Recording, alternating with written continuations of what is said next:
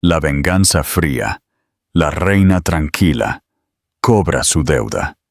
¿Qué sucede cuando un hombre, cegado por la ambición, echa a su esposa embarazada al frío, creyendo que ella no es nada? Pablo Alcázar pensó que estaba mejorando su situación, asegurando su futuro al descartar a su pobre esposa, Helena. Le dijo que no valía nada. Le dijo que sería nadie sin él. Se equivocó, porque 5 años después, en la fiesta más grande de su vida, llaman a su puerta. Está a punto de ser presentado a la nueva dueña de su mansión, y él ya sabe su nombre. Esta no es una historia de venganza, es una historia de ajuste de cuentas. La lluvia era fría, un escalofrío implacable que definía ese noviembre en Madrid, pero no era nada comparado con el hielo en la voz de Arturo Ferrer. Eres una vergüenza, Helena, un pasivo ambulante y parlante. Helena, con 5 meses de embarazo, no podía evitar que le temblaran las manos. No temblaba por el frío, todavía no. Temblaba por el odio absoluto y estéril que irradiaba el hombre al que había amado desde que era un becario en la escuela de negocios, y ella la barista que siempre recordaba su complicado pedido. «Arturo, por favor», susurró, con la voz quebrándose. «Es la gala. Solo derramé un poco de vino. Fue un accidente». «¿Un accidente?» La voz no provino de Arturo. Era su madre, Genoveva Ferrer, una mujer tallada en mármol caro y desdén. Tropezaste con tus propios pies y volcaste una bandeja de Cabernet sobre Roberto Serrano, el hombre cuya empresa está a punto de fusionarse con la de nuestro hijo. «Estoy embarazada, Genoveva. Mi equilibrio está mal». «Ese», dijo Genoveva, su voz cayendo en un siseo venenoso, «es el núcleo del problema, ¿no es así?» Arturo no la miró. Estaba ocupado mirando su reflejo en el espejo del pasillo, ajustándose los puños de su smoking Tom Ford de 5.000 €. Él era la imagen del éxito del dinero nuevo, el vicepresidente de una firma de capital privado en rápida expansión. Y Helena, con su vestido de maternidad de tienda por departamentos que había comprado en oferta, y su rostro sencillo y amable, era una mancha en esa imagen. Ella venía de la nada, un pueblo de Andalucía. Sus padres se habían ido, y su única herencia era una montaña de deudas médicas y una caja de fotografías viejas. Arturo una vez la llamó su fuerza de anclaje. Ahora ella era solo la gravedad que lo arrastraba hacia abajo. «Arturo», suplicó, volviéndose hacia él, «es solo un vestido». «Él se río de ti, Helena», espetó Arturo finalmente, volviéndose hacia ella. Sus ojos azules, que ella solía pensar que eran tan cálidos como el Mediterráneo, ahora eran árticos. Se río como un león se ríe de una gacela herida. Acabo de pasar 6 meses convenciendo a los Serrano de que soy su igual, de que nuestra familia es una a la que deberían querer vincularse. Y tú apareces con ese aspecto». «¿Con qué aspecto?», preguntó, con lágrimas en los ojos. «Como si fueras pobre», suministró Genoveva, acercándose. «Porque lo eres, querida. No se puede pulir un... Bueno, ya conoces la expresión. Coge tu abrigo», dijo Arturo, con la voz plana y muerta. «¿Qué?» «Arturo, no podemos irnos. Somos los anfitriones. Me disculparé de nuevo». «No vamos a ninguna parte. Tú sí». Caminó hacia la imponente puerta principal y la abrió. La noche ventosa y húmeda aulló en el impecable vestíbulo, arrojando salpicaduras de lluvia sobre el suelo pulido. «Estoy hablando de esto», dijo, sacando un sobre delgado del bolsillo de su chaqueta. «Nuestro abogado, Silas, lo preparó. Es un acuerdo de separación. Es muy generoso. Te da 10.000 € por tus problemas». La mano de Helena fue a su estómago.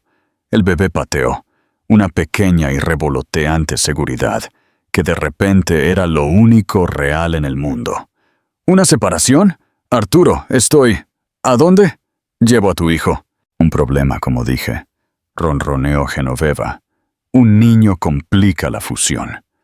Isabela Serrano, la hija de Roberto. Ella no es del tipo que tolera el equipaje. El nombre golpeó a Elena como un golpe físico. Isabela Serrano. La impresionante heredera rubia de la Reina de Hielo, con la que había visto a Arturo reír en eventos de la empresa. La mujer que él había jurado que era solo un contacto de negocios. ¿Tú estás haciendo esto por ella? El susurro de Elena apenas era audible. ¿Nos estás echando por ella?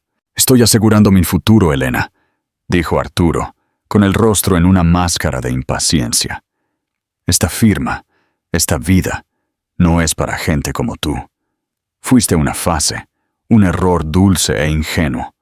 Ahora el error ha terminado. Pero mis cosas, ¿a dónde iré? Hice empacar tus cosas, dijo Genoveva, señalando una única maleta de tamaño mediano que estaba junto a las escaleras. El personal fue eficiente. En cuanto a dónde irás, escuché que esos refugios están sorprendentemente limpios estos días. O podrías volver a... ¿Dónde fue? ¿Sevilla? ¿Málaga? Uno de esos pequeños pueblos espantosos. El cheque de 10.000 euros estaba dentro del sobre. Una indemnización. Por 5 años de su vida. Por amarlo. Por apoyarlo. Cuando no era nadie. Por llevar a su hijo. No firmaré esto, dijo Elena, una chispa de lucha encendiéndose a través del shock. No importa si lo haces o no, dijo Arturo encogiéndose de hombros. Sayla solicitará el divorcio mañana, por motivos de... diferencias irreconciliables. Te entregará los papeles en el tugurio en el que aterrices. Coge el cheque, Elena. Es el último céntimo que recibirás de mí. Arrojó el sobre al suelo. Aterrizó con un suave golpe en el parche mojado por la lluvia. Ahora sal, dijo, con la voz definitiva. Arturo, por favor. Se abalanzó sobre él, agarrándolo del brazo. No hagas esto. Piensa en el bebé. Nuestro bebé. Su reacción fue inmediata y violenta. Se encogió, empujándola. ¡No me toques! El empujón fue más fuerte de lo que pretendía. O quizás exactamente tan fuerte como pretendía. Elena, su equilibrio ya precario, tropezó hacia atrás. Su talón se enganchó en el borde de la lujosa alfombra persa. Cayó, con fuerza, contra la mesa con sola de mármol del vestíbulo. El jarrón de cristal se tambaleó y se estrelló contra el suelo, haciéndose añicos en 1000 pedazos, junto con su dignidad. Ella gritó, un jadeo agudo de dolor y miedo, agarrándose el estómago. Por un solo momento congelado, Arturo pareció asustado. Miró a su madre. El rostro de Genoveva no se inmutó. Levántate, Elena. No estás herida y estás arruinando el ambiente. Los Serrano estarán aquí en 10 minutos. El momento de humanidad de Arturo se desvaneció, reemplazado por la máscara de la ambición. Miró a su esposa, en el suelo, rodeada de cristales rotos y agua, agarrando a su hijo nonato. Señaló la puerta. Seguridad estará aquí en 60 segundos si no estás al otro lado de esa puerta. No hagas esto más feo de lo que ya es. Sollozando, temblando, Elena usó la pared para ponerse de pie. El dolor en su costado era agudo, pero el dolor en su corazón era un agujero negro. Miró a Pablo, el hombre al que le había prometido amor en la salud y en la enfermedad. Era solo un extraño con esmoquín. Cogió su única maleta. No miró el cheque en el suelo. Lo dejó allí, en el mármol empapado por la lluvia. Salió por la puerta. Su abrigo delgado no ofrecía protección contra la lluvia punzante. La enorme puerta de roble de la mansión se cerró detrás de ella con un sonido de finalidad absoluta y condenatoria. Un clic de una cerradura. Elena Alcázar estaba sin hogar, embarazada y sin un céntimo. Se quedó en la acera, la lluvia pegándole el pelo a la cara, y observó cómo se detenía una limusina negra. Roberto e Isabela Serrano, riendo y radiantes, salieron. Pablo y Genoveva ya estaban en la puerta, sonriendo para darles la bienvenida. Zweis, el desierto de la traición. Los siguientes 6 meses fueron un borrón de humillación, hambre y un terror tan profundo que Elena pensó que la tragaría por completo. El cheque de 10.000 euros que se había negado a recoger era un fantasma. Tenía menos de 20 euros en el bolso. Arturo, con cruel eficiencia, ya había congelado su cuenta bancaria conjunta, la cuenta en la que ella había depositado sus propios cheques de pago de la cafetería durante 5 años, dinero que él había llamado nuestro pequeño fondo de diversión. Pasó 2 noches en una estación de autobuses, tiritando, agarrándose el estómago, fingiendo esperar un autobús, que nunca llegaría. Comió galletas saladas de una máquina expendedora. Al tercer día, un guardia de seguridad de rostro amable le dijo suavemente que no podía quedarse. Le indicó un refugio para mujeres en el barrio de La Latina. El refugio Santa Elena era ruidoso, olía a lejía y patatas cocidas, y estaba aterradoramente lleno. Pero era cálido, era seguro. Elena, tragándose los fragmentos dentados de su orgullo, dio un nombre falso, Elisa Vega, y aceptó un catre en una sala común. El embarazo la hizo vulnerable, pero también la convirtió en una prioridad. La trabajadora social del refugio, una mujer con exceso de trabajo llamada María, le consiguió un lugar en un programa de vivienda de transición. Era una sola habitación en un edificio deteriorado, pero tenía cerradura en la puerta y una estufa eléctrica. La nueva vida de Elena era un horario monótono de supervivencia. Tomaba el autobús a una clínica prenatal, haciendo cola durante horas para un chequeo de 5 minutos. Solicitó cupones de alimentos. Buscó trabajo. Pero ¿quién contrataba a una mujer visiblemente embarazada, sin referencias y sin dirección fija? Había puesto su antigua cafetería en las solicitudes, pero sospechaba que una llamada a la gente de Genoveva la había incluido en la lista negra. La soledad era un peso físico. No tenía a nadie. Sus padres se habían ido. Los pocos amigos que había tenido eran ahora amigos de Pablo, y todos habían observado, en silencio, cómo Genoveva Alcázar la había aislado sistemáticamente a lo largo de los años. Un día, arrastrándose por una calle con una bolsa de pan de un día de una despensa local, vio un periódico. En la portada de la sección de negocios estaba Pablo. Estaba sonriendo, con el brazo alrededor de Isabela Serrano. El titular decía: Fusión Alcázar Serrano. Completa. Una nueva pareja de poder de Madrid. Elena vomitó en un cubo de basura. El bebé no era equipaje para ser tolerado. Era una complicación para la fusión. Con Elena fuera, la fusión era ahora un matrimonio. El compromiso era oficial. Ese fue el día en que el dolor de Elena se cuajó. No desapareció, sino que se cristalizó. Se endureció en otra cosa. Resolución. Ya no solo estaba sobreviviendo por sí misma, estaba sobreviviendo por la pequeña e inocente vida dentro de ella. La vida que él había descartado. Encontró un trabajo. Era en negro, dinero en efectivo al final del día. Una pequeña y luchadora taberna griega llamada El Acrópolis estaba dirigida por una anciana de ingenio agudo llamada Señora Petrova. La señora Petrova lo había visto todo y no estaba impresionada por nada. «Estás embarazada», observó la señora Petrova, no sin amabilidad, cuando Elena pidió un trabajo lavando platos. «Lo estoy», dijo Elena, con la voz firme, «pero no estoy enferma. Soy fuerte, y no llegaré tarde».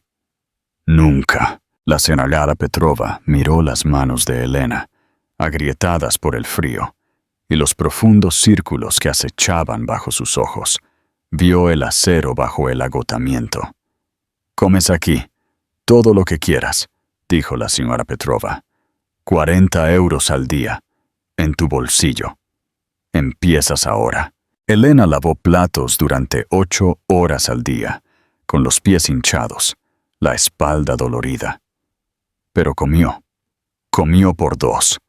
Ahorró cada euro, escondiéndolo en un calcetín debajo de su delgado colchón. La señora Petrova a menudo empacaba accidentalmente musaca extra o un bloque de queso feta para que Elisa se lo llevara a casa. Nunca preguntó por un marido. Nunca preguntó por el pasado de Elena. Simplemente le dio trabajo y, con él, una pizca de dignidad. 4 semanas antes de la fecha de parto, los papeles de divorcio finalmente la encontraron. Un camarero con aspecto engreído la rastreó hasta el restaurante. Silas, el abogado de Pablo, había sido minucioso. Los papeles fueron entregados durante la hora del almuerzo, una humillación final deliberada. Los motivos no eran diferencias irreconciliables, eran abandono e infidelidad. Elena se le heló la sangre al leer las acusaciones. Pablo afirmaba que ella lo había abandonado, que había sido inestable y promiscua. Incluso impugnaba la paternidad del bebé, exigiendo una prueba. Todo mientras solicitaba al tribunal que renunciara a sus derechos y responsabilidades. No solo se estaba divorciando de ella, la estaba borrando. Estaba construyendo una fortaleza legal para asegurar que ella y su hijo nunca, jamás pudieran reclamar un solo céntimo de la fortuna Alcázar Serrano. La señora Petrova miró el rostro ceniciento de Elena, le arrebató los papeles de la mano y la arrastró a la oficina trasera. «Este hombre», dijo la señora Petrova. Su acento griego se hizo más espeso con la rabia mientras escaneaba la jerga legal. «Es basura. Tú no firmarás esto». «¿Qué puedo hacer?», lloró Elena. «No tengo dinero. No tengo abogado». «Tienes un hijo». «Su hijo». «Eso no es nada», declaró la señora Petrova. «Encontraremos un abogado, uno de asistencia jurídica. Lucharás contra esto. Pero primero, comerás. Y luego haremos un plan». Pero nunca tuvieron la oportunidad. Esa noche a Elena se le rompió la fuente. Fue un parto largo y aterrador. Estaba sola. Las enfermeras del hospital público fueron amables, pero con exceso de trabajo. Cuando el sol se levantó sobre el horizonte, proyectando una luz gris pálida en la habitación estéril, Elena dio a luz a una hija. Era diminuta, de 3 kilos, con un mechón de pelo oscuro y un grito feroz. Elena la abrazó, y el agujero negro de su corazón se llenó de un amor protector blanco y caliente que quemó todo lo demás. «Lía», susurró besando la cabeza del bebé. «Te llamas Lila, y te prometo, Lila, que nunca más nos harán daño. Te lo prometo. Estaremos a salvo». Fue dada de alta 2 días después. Ella y Lila regresaron a la habitación individual y fría. Elena miró los papeles de divorcio en su mesita de noche, las acusaciones de su infidelidad, la exigencia de una prueba de paternidad. «Quiere jugar, Lila», susurró Elena a su recién nacida dormida. «Bien, pero él no conoce las reglas. Él no me conoce». Ella ya no era Elena Alcázar, la esposa descartada. Ni siquiera era Elisa Vega, la lavaplatos. era la madre de Lila, y estaba a punto de descubrir quién era realmente. Momento de interacción. La acusación de abandono e infidelidad de Pablo es el golpe final. ¿Qué prueba crees que Elena podría usar de forma más efectiva contra la arrogancia de Pablo cuando finalmente regrese? Comenta tu arma secreta legal. La reina se alza a la vida con un recién nacido en un apartamento de una sola habitación. Fue una prueba brutal de resistencia. Los días de Elena eran un ciclo de alimentación, lavado de pañales en el fregadero y caminar por el suelo con una Lila con cólicos. La señorita Petrova, un regalo de los dioses, le permitió llevar a Lila al restaurante, donde la bebé dormía en un Moisés en la oficina trasera, mientras Elena preparaba verduras y llevaba las cuentas. Elena era inteligente.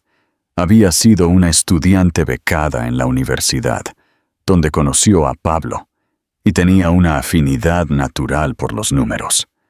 La señora Petrova, impresionada, pronto hizo que Elisa se encargara de la nómina y la gestión de inventario. Cuando Lila tenía 6 meses, llegó una carta. Fue reenviada desde el refugio, que la había reenviado desde su última dirección conocida, la mansión de Lincoln Park. Había tardado meses en encontrarla. El sobre era grueso, de color crema y grabado con el nombre de Hayes, Cromwell y Finch. Lo abrió con manos temblantes. Era formal, denso y confuso. Se refería a la herencia del señor Daniel Vega y solicitaba su presencia para discutir un asunto urgente de sucesión. Daniel Vega, murmuró. Ese era el nombre de su padre. El padre de Elena. Era un fantasma. Había abandonado a ella y a su madre cuando Elena tenía 3 años. Su madre, hasta el día de su muerte, se refirió a él como ese soñador errante y bueno para nada.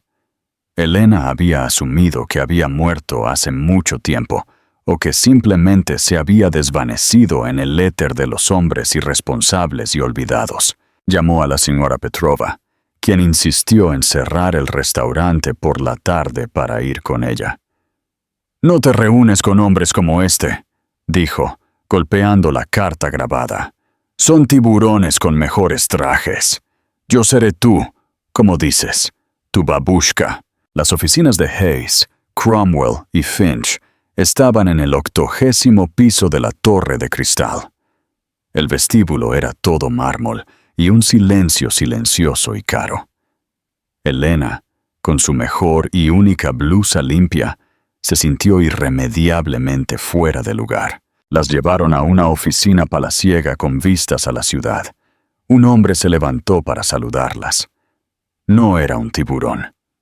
Tenía unos 60 y tantos años, con ojos amables, una barba blanca plateada y un comportamiento gentil. «¿Señorita Vega?», preguntó extendiendo una mano a Elena. «Yo me llamo Elisa, o Elena. Mi apellido de casada es... Bueno, soy... Esta es mi hija, Lila. Es hermosa», dijo el hombre, sonriendo a la bebé en los brazos de Elena. «Soy Julián Heredia. Fui abogado de su padre y, me gustaría pensar, su amigo. ¿Conoció a mi padre?» Elena estaba atónita. «¿Durante 25 años? Por favor, siéntese». Julián señaló las sillas de cuero.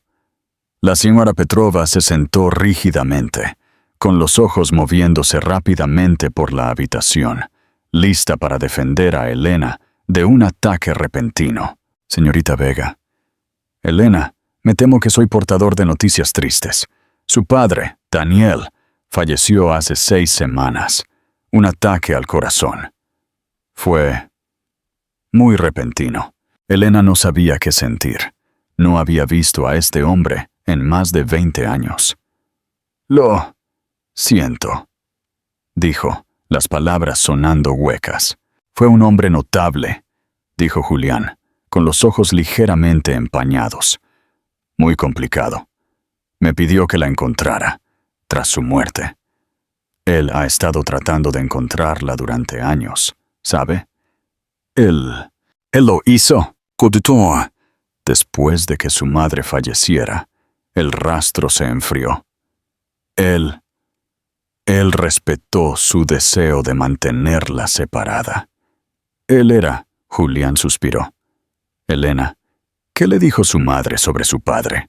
Que era un músico arruinado, que se fue corriendo y nos dejó sin nada. Julián Heredia dejó escapar un largo y lento suspiro. Se inclinó hacia adelante, entrelazando los dedos. Elena, la historia de su madre y su padre fue una tragedia, pero no de la forma en que se la contaron.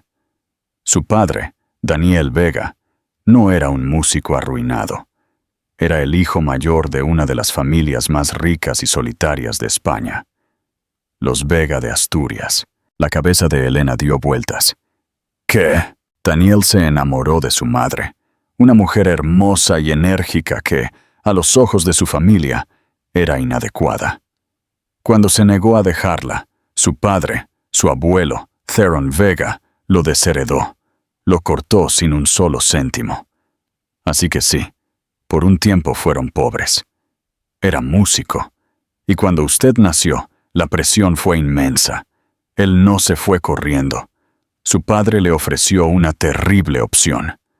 Vuelve, solo, y su nueva heredera, que era usted, será mantenida. O quédate, y Theron usaría su poder para arruinarlos a ambos. Daniel tomó una decisión. Pensó que la estaba salvando. Se fue, rompiéndose el corazón, y planeó construir una fortuna para volver por usted.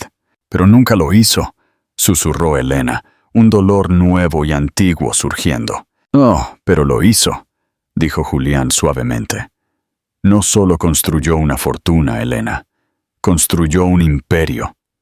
Daniel era un genio. Tenía una mente brillante para la codificación y la logística. Se mudó a California en los 90, cambió su nombre y fundó una empresa de software, una empresa de logística, una docena de otras cosas. Vivió modestamente en un pequeño apartamento en Palo Alto. Nunca se volvió a casar. Vertió cada gramo de su brillantez en su trabajo. Todo por usted. Julián deslizó una gruesa cartera sobre el escritorio. Elena, su padre, Daniel Vega, murió con un patrimonio neto de, después de impuestos, se estima en 947 millones de euros. La visión de Elena se enfocó. La habitación se quedó en silencio. La señora Petrova apretó su mano. Y, continuó Julián, usted es su única heredera. Elena lo miró fijamente. Miró a Lila, durmiendo plácidamente en sus brazos. Pensó en el cheque de 10.000 euros en el mármol, empapado por la lluvia.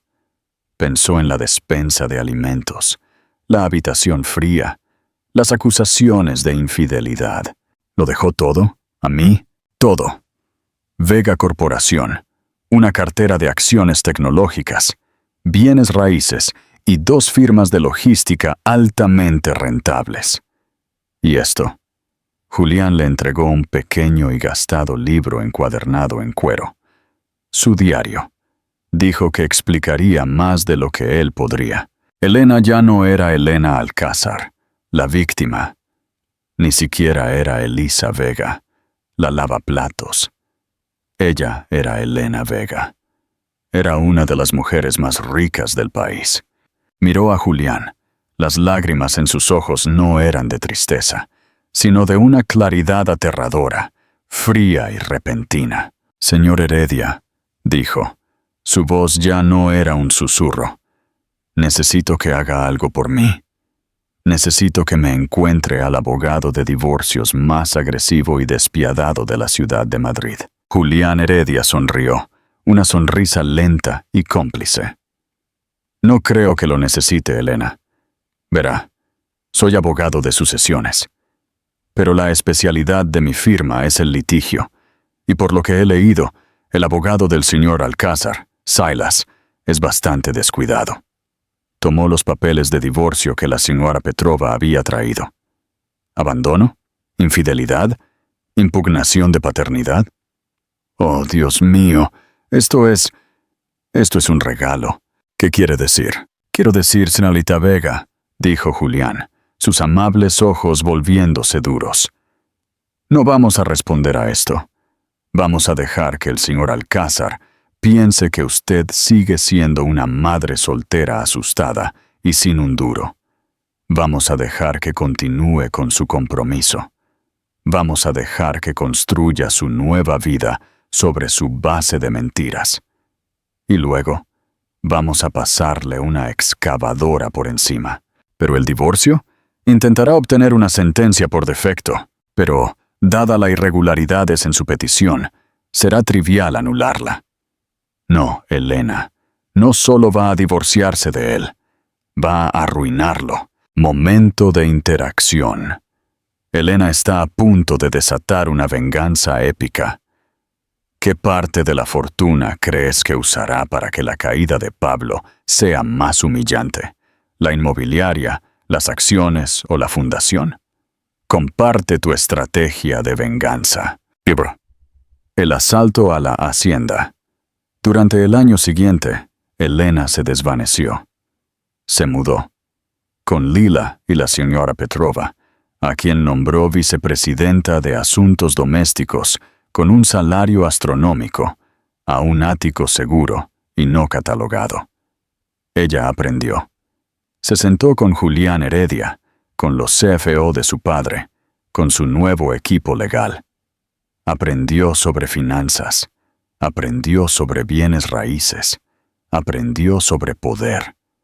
Leyó los diarios de su padre, y en ellos encontró a un hombre de intelecto profundo y un amor profundo y doloroso por la hija que nunca conoció. Heredó su brillantez y la perfeccionó con el acero de su propia supervivencia. Descubrió que era muy, muy buena en esto. Tenía una mente para los sistemas, para encontrar la debilidad en una estructura. No era solo la dueña de Vega Corporación, era su CEO. Dejó que los procedimientos de divorcio iniciados por Pablo se estancaran, dejando que sus abogados presentaran moción tras moción en un vacío, todo lo cual su equipo contrarrestó de forma silenciosa e invisible, manteniendo el caso en un estado de limbo legal. Pablo y su abogado Silas asumieron que ella simplemente se había ido de la red y era inalcanzable, un fantasma legal. Y un día, un año después de su nueva vida, un archivo aterrizó en su escritorio. Era una posible adquisición, una cartera de bienes raíces en dificultades, y un nombre en la hoja de activos hizo que se le helara la sangre.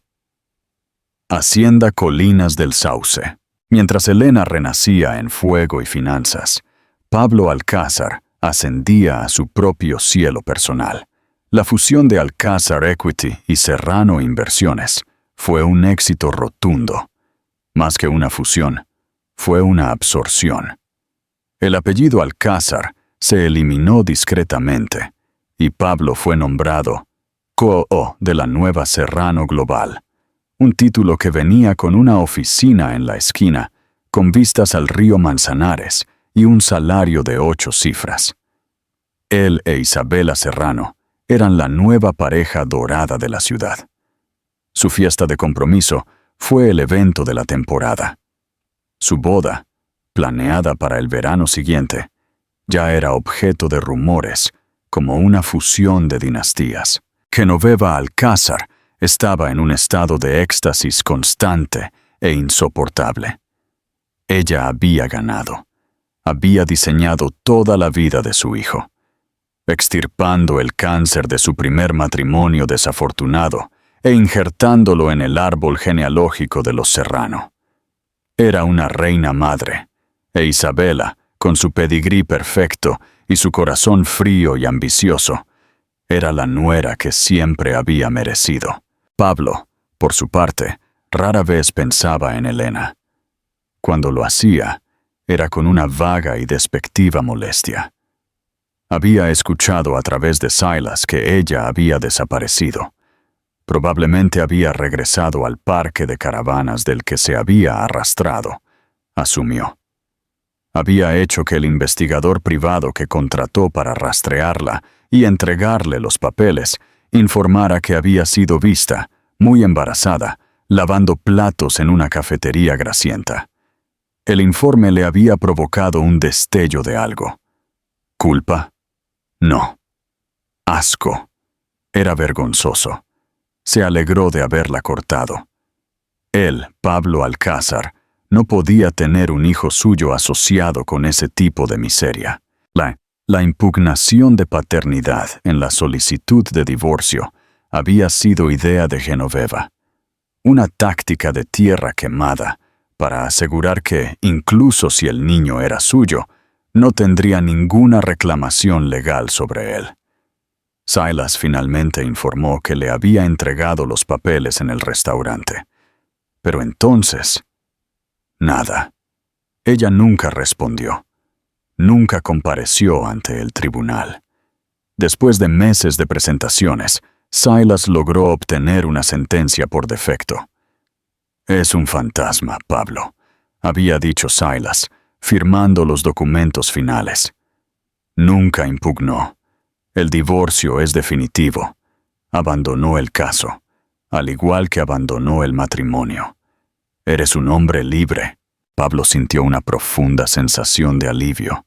El hilo final fue cortado. Estaba limpio. Para celebrar su nueva vida, su ascenso y su compromiso, él e Isabela y Genoveva, que tendría su propia suite de suegra, se mudaron. No solo compraron una casa, adquirieron un estilo de vida. Hacienda Colinas del Sauce era la comunidad cerrada más exclusiva y opulenta de las afueras de Madrid. No era solo una colección de mansiones, era una experiencia de vida curada. Cada casa era un testimonio extenso y hecho a medida de una riqueza obscena, ubicada en acres de césped bien cuidado. Había un campo de golf diseñado por una leyenda, una casa club que se asemejaba a un château francés y una fuerza de seguridad que podría rivalizar con el ejército de un país pequeño. La nueva casa de Pablo era la joya de la corona, una mansión georgiana de 1.800 metros cuadrados, al final de un camino serpenteante, con un garaje para 10 coches, una piscina infinita y vistas al lago privado. Era, en una palabra, perfecto. Sin embargo, había una pequeña y persistente molestia. La casa, como todas las casas en Colinas del Sauce, no era de su propiedad, no directamente. Era parte de un complejo contrato de arrendamiento y propiedad de 99 años con la Sociedad Holding del Desarrollo, Colinas del Sauce Gestión S.L. Era una peculiaridad legal diseñada para mantener pura a la comunidad. La S.L. tenía que aprobar a todos los residentes, todas las ventas, todo. Era, en teoría, lo último en vida exclusiva. En la práctica, era un dolor de cabeza. La fuente del patio es verde, se quejó Genoveva una tarde, 2 años después de su nueva vida. Y el aire acondicionado del ala norte suena como una morsa moribunda. He llamado a la empresa de gestión 3 veces. «Yo me encargo, madre», dijo Pablo, molesto. Estaba tratando de planear la fiesta de todas las fiestas, su 40º cumpleaños y su celebración de compromiso oficial, todo en uno. Roberto Serrano estaría allí. El alcalde estaría allí. Esta era su verdadera llegada. Él también había notado problemas. El paisajismo, antes impecable, se veía un poco desaliñado. Las puertas de seguridad eran lentas. Cuando llamó a la empresa de gestión, ya no obtuvo al gerente de propiedad nítido y eficiente. Obtuvo un hombre nuevo, un tal señor Lázaro, que sonaba aburrido y vagamente incompetente. Es una sociedad holding, Pablo. ¿Qué esperas? Su suegro, Roberto Serrano, había tronado durante el almuerzo. El lugar probablemente esté apalancado hasta el límite. Mala gestión. Algún idiota se excedió. Pablo sintió un nudo de ansiedad. ¿Problemas? ¿Qué tipo de problemas? Hemos invertido millones en los interiores. Roberto Serrano se rió, un sonido seco y traqueteante. No te preocupes por eso. Es solo una empresa fantasma. Alguien la comprará, probablemente por centavos de dólar. Incluso podría ser yo. Le he echado el ojo a toda esa cartera. Un activo en dificultades es terrible de desperdiciar. Pablo se relajó. Por supuesto, Roberto se encargaría. Roberto se encargaba de todo. Desvió su atención de nuevo a la fiesta. Sería un baile de máscaras, carpas en el césped, una orquesta completa. Ballet. Sería la noche en que él, Pablo Alcázar, fuera coronado finalmente e irrevocablemente rey. Se paró en su enorme terraza, con vistas al lago, con un vaso de scotch de 500 euros, la botella en la mano. Pensó por un fugaz e inexplicable segundo en Elena. Se la imaginó en esa cafetería grasienta, cubierta de mugre, con un mocoso gritando en su cadera. Se rió a carcajadas. Levantó la copa hacia el atardecer. Por el futuro, se dijo a sí mismo. No tenía idea de que su pasado estaba mirando una hoja de cálculo con su nombre. La nueva oficina de Elena era la antítesis de la de Pablo. No era un monumento al ego. Era un centro de mando. Ubicada en un edificio anónimo y brutalmente seguro en el distrito financiero, la sede de Vega Corporación era un centro de eficiencia silenciosa y letal.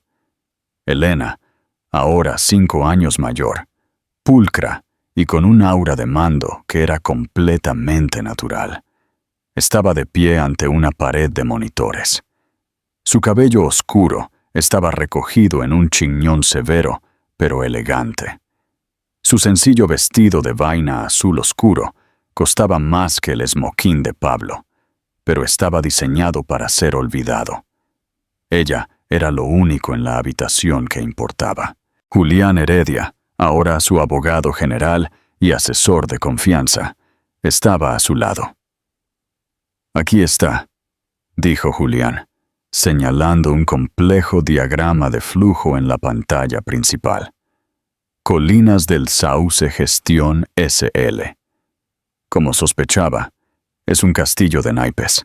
«Háblame», dijo Elena, con la voz tranquila y baja. La S.L. es una subsidiaria de una sociedad holding más grande, Apex Inmobiliaria. Apex obtuvo préstamos masivos para construir Colinas del Sauce y otros 2 desarrollos. El problema, Julián hizo zoom en un bloque de texto rojo, es que eran demasiado exclusivos. Construyeron para un 0.1% que no se materializó tan rápido como esperaban. Su ocupación es solo del 60% y sus gastos generales son astronómicos. Están perdiendo dinero. ¿Y los residentes?, preguntó Elena, atrapados en contratos de arrendamiento de 99 años que son herméticos. Pagan sus cuotas a la SL, pero la SL no está pagando a sus propios acreedores, a saber, el banco que tiene la hipoteca maestra de todo el desarrollo. Elena miró el nombre del banco. Luego miró otro archivo, uno que su equipo de investigación había compilado. «Roberto Serrano», dijo. No fue una pregunta. «Exactamente», confirmó Julián. «Serrano Global ha estado comprando agresivamente la deuda de Apex, no solo del banco principal, sino de sus acreedores secundarios, sus paisajistas, su empresa de seguridad. Lo han estado comprando todo, bajo una docena de empresas fantasma diferentes durante los últimos 6 meses. No está tratando de salvarlos, murmuró Elena. La estrategia se desarrollaba en su mente. Está orquestando una adquisición hostil. Va a consolidar toda la deuda, activar un incumplimiento y luego, como acreedor principal, incautar todo el desarrollo en la subasta de bancarrota. Por centavos de dólar, como él diría. Es un movimiento serrano clásico, dijo Julián. Brutal, efectivo. Y ha cometido un error. Se está moviendo demasiado lento, dijo Elena. Una rara y delgada sonrisa asomó a sus labios. Cree que es el único tiburón en el agua. Está esperando el incumplimiento final, que está programado para el final del trimestre. Quiere conseguirlo todo. Pero todavía no es dueño. Apex todavía lo es. Y Apex está desesperada. Elena se volvió hacia su CFO. ¿Cuál es nuestra posición de efectivo líquido? El CFO no parpadeó. A partir de esta mañana, poco más de 1.200 millones de euros. Señorita Vega. Bien. Se volvió hacia Julián. No estoy interesada en la deuda. Estoy interesada en el activo. Quiero que vayas a Apex Inmobiliaria, hoy. No les ofrecerás centavos. Les ofrecerás un salvavidas. Pagarás por encima del valor de mercado. No solo comprarás la SLOL, Colinas del Sauce. Comprarás toda Apex. Toda la empresa. Pagarás el préstamo bancario principal en su totalidad antes de que Serrano sepa siquiera lo que está pasando. Harás que el dueño de Apex, un hombre llamado Jorge Prentice, sea tan rico, tan rápido, que firmará los papeles antes de que se enfríe su almuerzo. Julián levantó una ceja. Elena, eso es una prima de quizás 100 millones de euros por una empresa en quiebra. No es una empresa en quiebra, dijo Elena, con los ojos fijos en el nombre de Pablo Alcázar en el directorio de residentes. Es un activo en dificultades, y no lo estoy comprando para obtener ganancias. Lo estoy comprando para sentar un precedente. Quiero que esto se haga para mañana, y quiero que se haga a través de una corporación ciega triple con sede en Delaware. Nadie, ni Serrano, ni Pablo, ni Jorge Prentice. Nadie rastrea esto hasta Vega Corporación.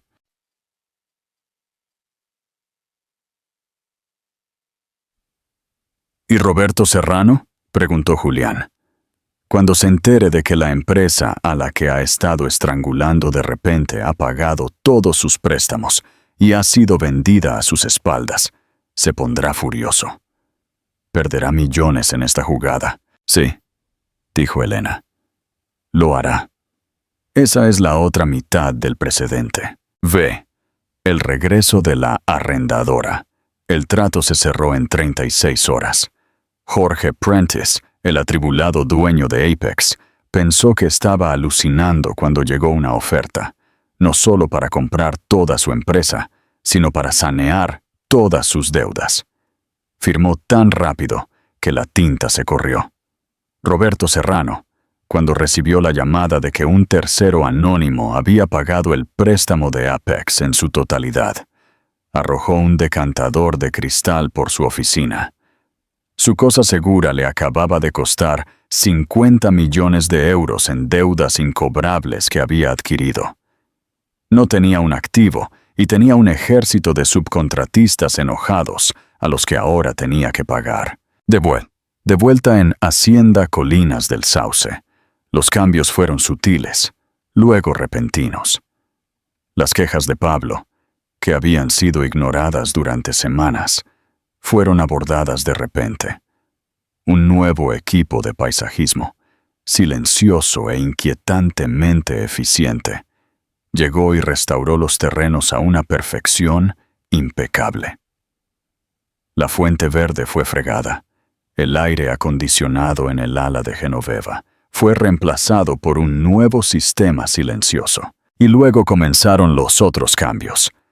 Los residentes recibieron un nuevo paquete de pautas comunitarias de la nueva gerencia de Colinas del Sauce. Gestión SL. Todas las modificaciones exteriores, incluidas las estructuras temporales, carpas etc., deben presentarse para su aprobación con 30 días de antelación. Las listas de invitados para cualquier reunión de más de 20 personas deben proporcionarse a la gerencia con 72 horas de antelación para el control de seguridad. Los toques de queda por ruido se aplicarán estrictamente a las 22 horas. «Esto es un ultraje», chilló Genoveva, agitando el papel grueso y color crema. «¿Un toque de queda? ¿Para nosotros? Y Pablo, tu fiesta». «La carpa es una estructura temporal». «Está bien, madre», espetó Pablo, aunque estaba preocupado. Había enviado los planos de su baile de máscaras a la oficina de gestión. La respuesta que recibió fue escalofriantemente educada. «Estimado señor Alcázar, hemos recibido su solicitud de evento. Tenga en cuenta que el nuevo paisajismo en el césped que su carpa dañaría, está valorado en más de 250.000 euros. Su depósito de seguridad en el archivo es insuficiente. Requeriremos una fianza adicional de 500.000 euros para cubrir posibles daños. Además, su lista de invitados propuesta de 300 excede las pautas de la comunidad. Se aplicará un recargo de 75.000 euros por seguridad y estacionamiento. Finalmente, la prueba de sonido de su orquesta debe completarse a las 4:07 p.m. y toda la música debe cesar a las 10:00 p.m. Sin excepciones. Esperamos su cumplimiento. Atentamente, la oficina del arrendador. ¿500.000? Pablo estaba apopléjico. Me están extorsionando. Esto es extorsión. «Llama a Roberto», exigió Genoveva. Pablo lo hizo. Roberto Serrano seguía furioso por el trato de Apex. «No me molestes con esto, Pablo. Estoy tratando de averiguar quién es este nuevo dueño misterioso. Alguna empresa fantasma compró toda la cartera. Solo paga la tarifa. No podemos parecer débiles. Ahora no. Nos ocuparemos de este nuevo arrendador después de tu fiesta». Mascullando, Pablo hizo el cheque. No se dejaría intimidar. Tendría esta fiesta. Era demasiado importante. Sería la noche que cimentaría su dominio absoluto y el de los Serrano en esta ciudad. Llegó la noche de la fiesta. Era una noche perfecta y despejada. La enorme carpa blanca se veía espectacular. Los ballets estaban alineados. La orquesta tocaba suavemente. Pablo, vestido como un rey veneciano, e Isabela, una brillante reina de hielo, estaban en lo alto de su gran escalera, listos para recibir a sus invitados. A las 7:00 p.m. Llegaron los primeros coches. A las 7:05 p.m., las puertas delanteras de Hacienda Colinas del Sauce se atascaron. A las 7:10 p.m., los aspersores del césped delantero, y solo el césped delantero donde estaban los ballets, se encendieron, empapando a los ballets y a la primera fila de coches que llegaban. A las 7:15 p.m., la electricidad de toda la mansión, incluida la carpa, se cortó. La orquesta se quedó en silencio. Las luces se apagaron. El único sonido era el silbido de los aspersores y los bocinazos enojados de una docena de limusinas atascadas fuera de la puerta. «¿Qué está pasando?», rugió Pablo en la oscuridad. Un solo haz de luz apareció al final de su camino de entrada. Un coche, un sedán negro modesto. No había venido de la puerta, había venido del camino de servicio. El coche se detuvo en la puerta principal. El motor se apagó. La puerta trasera se abrió. Una mujer salió. No llevaba disfraz. Llevaba un sencillo vestido de negocios oscuro. Estaba flanqueada por 2 hombres grandes e imponentes con traje, y un tercer caballero mayor con un maletín. Caminó con calma junto a los valets que farfullaban, y estaban empapados. Subió los escalones y entró en el gran y oscuro vestíbulo, que ahora solo estaba iluminado por los brillos asustados de 100 teléfonos móviles. Pablo, con el rostro morado de rabia bajo su ridícula máscara dorada, se dirigió hacia ella. «¿Quién diablos es usted?», demandó. «Mi fiesta está arruinada. Haré que la arresten». «¡Seguridad!». La mujer se detuvo frente a él. El hombre mayor con el maletín encendió una pequeña y brillante linterna, iluminando su rostro.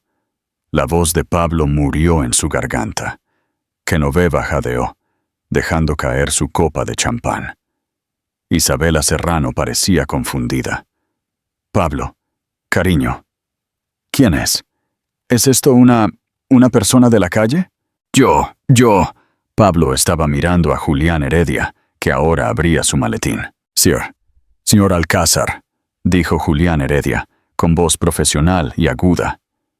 «Mi cliente, la señorita Elena Vega, es la única propietaria de Vega Corporación, que es la empresa matriz de la Corporación de Delaware, que, a partir de hace 36 horas, compró Apex Inmobiliaria, la sociedad holding de Colinas del Sauce Gestión S.L. Le entregó un fajo de papeles a Pablo. Elena se acercó. Su voz bajó para que solo Pablo, Genoveva e Isabela pudieran escucharla. «Usted llamó a mi bebé equipaje. Dijo que yo era una vergüenza. Vive en una casa hermosa, Pablo, de verdad.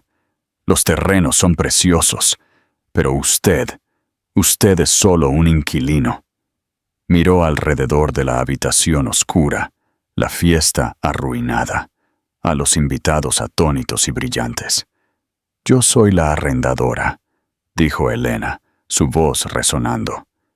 «Y me temo que usted está incumpliendo su contrato de arrendamiento. El ruido, las estructuras no aprobadas, es demasiado». Miró a Isabela. «Isabela Serrano, un placer. Tengo todos los archivos sobre los intentos creativos de su padre de adquirir esta propiedad. Fraude, manipulación del mercado. Todo es muy interesante.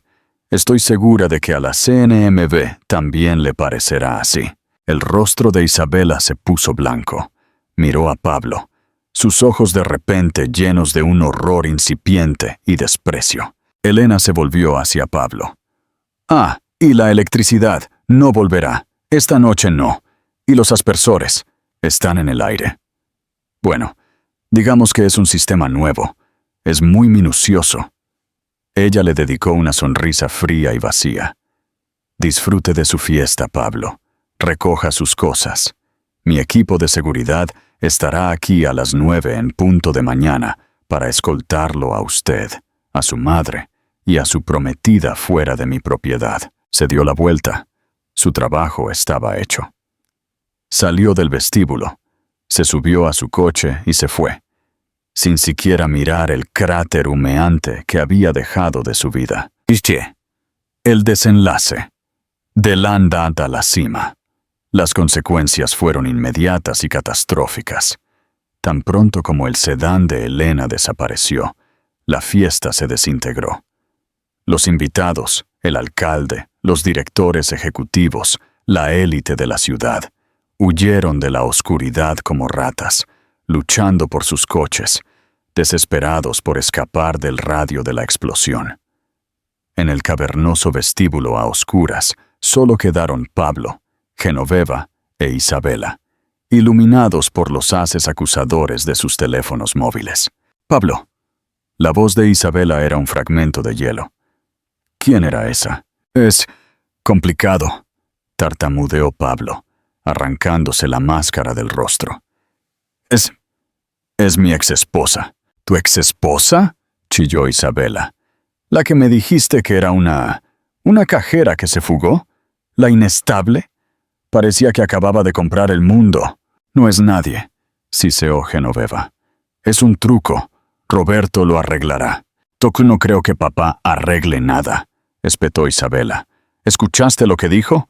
CNMV, fraude. Mi padre acaba de perder millones en esta propiedad. Y ahora la ex esposa psicópata de su futuro yerno amenaza con enviarlo a prisión. Nuestro compromiso, nuestro matrimonio, es un trato de negocios. Y tú, Pablo, acabas de convertirte en el peor trato de la carrera de mi padre. Salió corriendo a la noche, dejando a Pablo y Genoveva solos en la oscuridad. A las 9 de la mañana siguiente, la historia estaba en todas partes. La fiesta de pesadilla de la socialité. La esposa expulsada regresa como la misteriosa dueña. Elena Vega, la multimillonaria jefa de Vega Corporación, era de repente la mujer más comentada de España. El teléfono de Pablo estaba explotando. Su primera llamada fue de Roberto Serrano. No fue una conversación. Fue una diatriba de 5 minutos de gritos que terminó con un simple: «Estás despedido. Recoge tus cosas». La alianza global. Serrano había terminado. Su carrera había terminado. Luego, a las 9 de la mañana en punto, llegó el equipo de seguridad de Elena. No eran valets. Eran profesionales exmilitares con trajes negros. «Señor Alcázar, dijo el líder del equipo, con voz desprovista de emoción. Según los términos de su contrato de arrendamiento, que está incumpliendo, tienen 60 minutos para desalojar las instalaciones con sus efectos personales. «Esta es mi casa», rugió Pablo. «Esta es propiedad de la señorita Vega», corrigió el hombre. «Y usted está invadiendo la propiedad». 60 minutos. La humillación fue absoluta. Pablo y Genoveva se vieron obligados a luchar, arrojando ropa y joyas en maletas. Fueron escoltados, como criminales comunes, más allá de la nueva seguridad en la puerta principal y dejados en la acera. Se registraron en una suite del Four Seasons, un patético intento de aferrarse a su antiguo estatus. «La demandaremos», repetía Genoveva, con las manos temblando. «Silas se encargará». «Silas no contesta mis llamadas, madre», gritó Pablo. Era un paria, y luego, el golpe final y aplastante. Llegó un mensajero al hotel. Un nuevo sobre, grueso, de color crema, de Hayes, Cromwell y Finch. No era una demanda, era una moción para anular la sentencia. Las manos de Pablo temblaron al leer la presentación legal. Era una petición del equipo legal de Elena Vega para reabrir su divorcio. «¿Qué es esto?», demandó Genoveva, arrebatándoselo. Silas dijo que el divorcio era definitivo. Ella leyó la declaración jurada adjunta. Era de uno de los principales expertos forenses en caligrafía, que certificaba con un 100% de certeza que la firma en el documento original de aceptación de servicio, el que supuestamente demostraba que Elena había recibido los papeles, era una falsificación. El informe señaló con escalofriante detalle que la falsificación presentaba todos los sellos de la caligrafía conocida de Genoveva Alcázar. «Tú», susurró Pablo, volviéndose hacia su madre. «¿Qué hiciste?» Yo.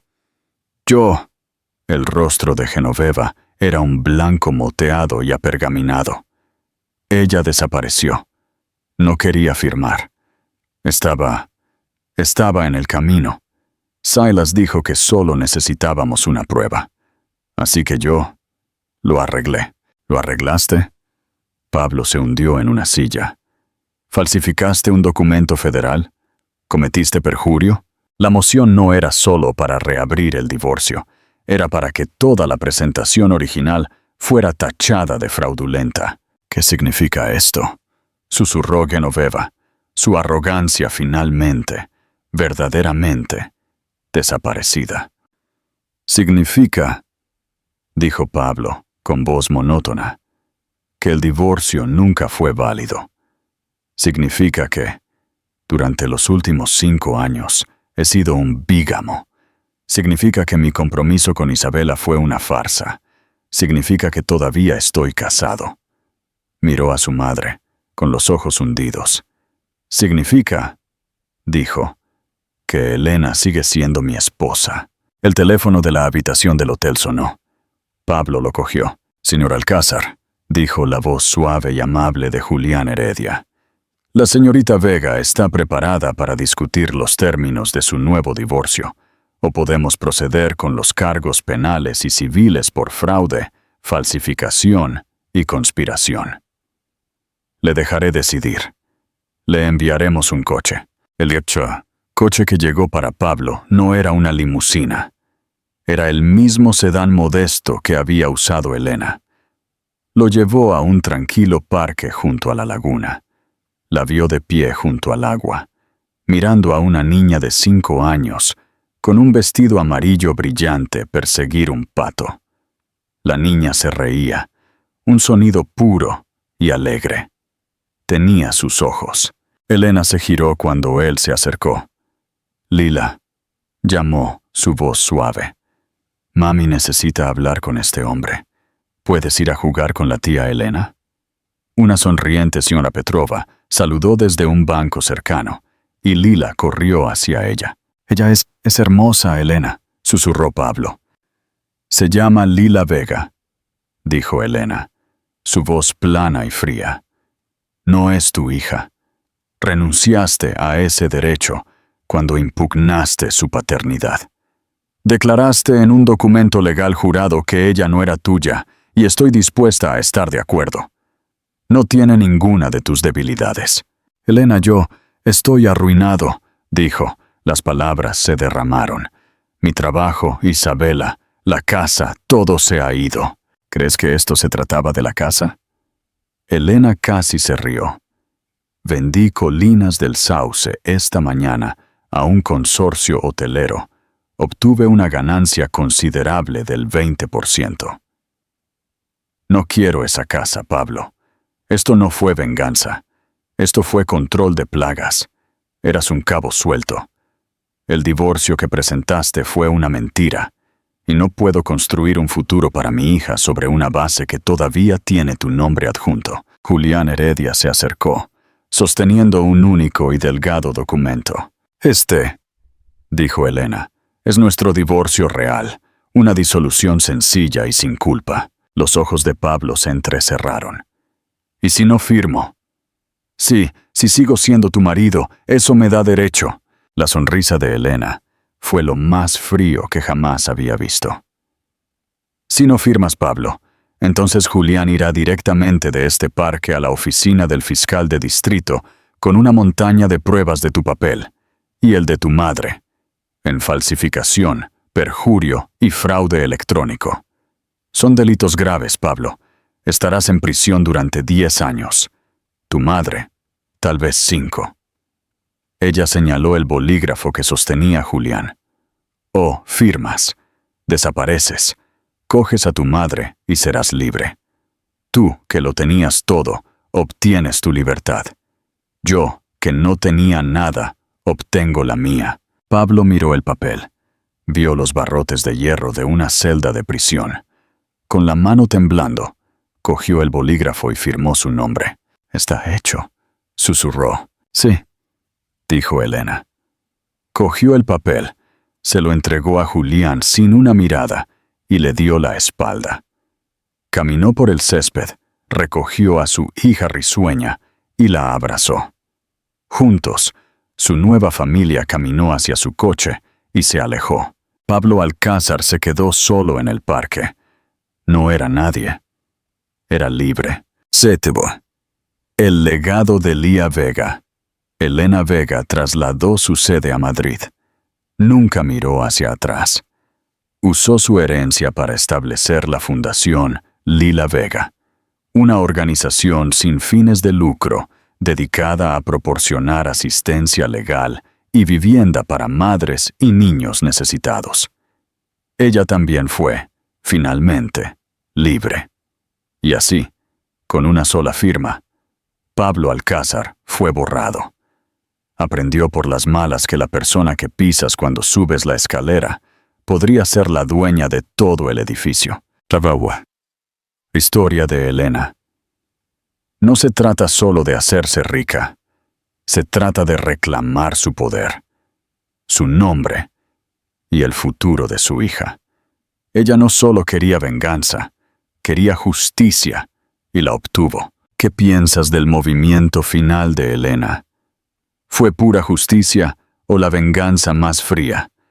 Haznos saber tus pensamientos en los comentarios a continuación. Esta historia es un poderoso recordatorio de que tu pasado no define tu futuro, y subestimar a alguien es el error más peligroso que puedes cometer. Dale me gusta a este video, compártelo con alguien que ame una buena historia de venganza. Y lo más importante, pulsa ese botón de suscribirse y toca la campana de notificación.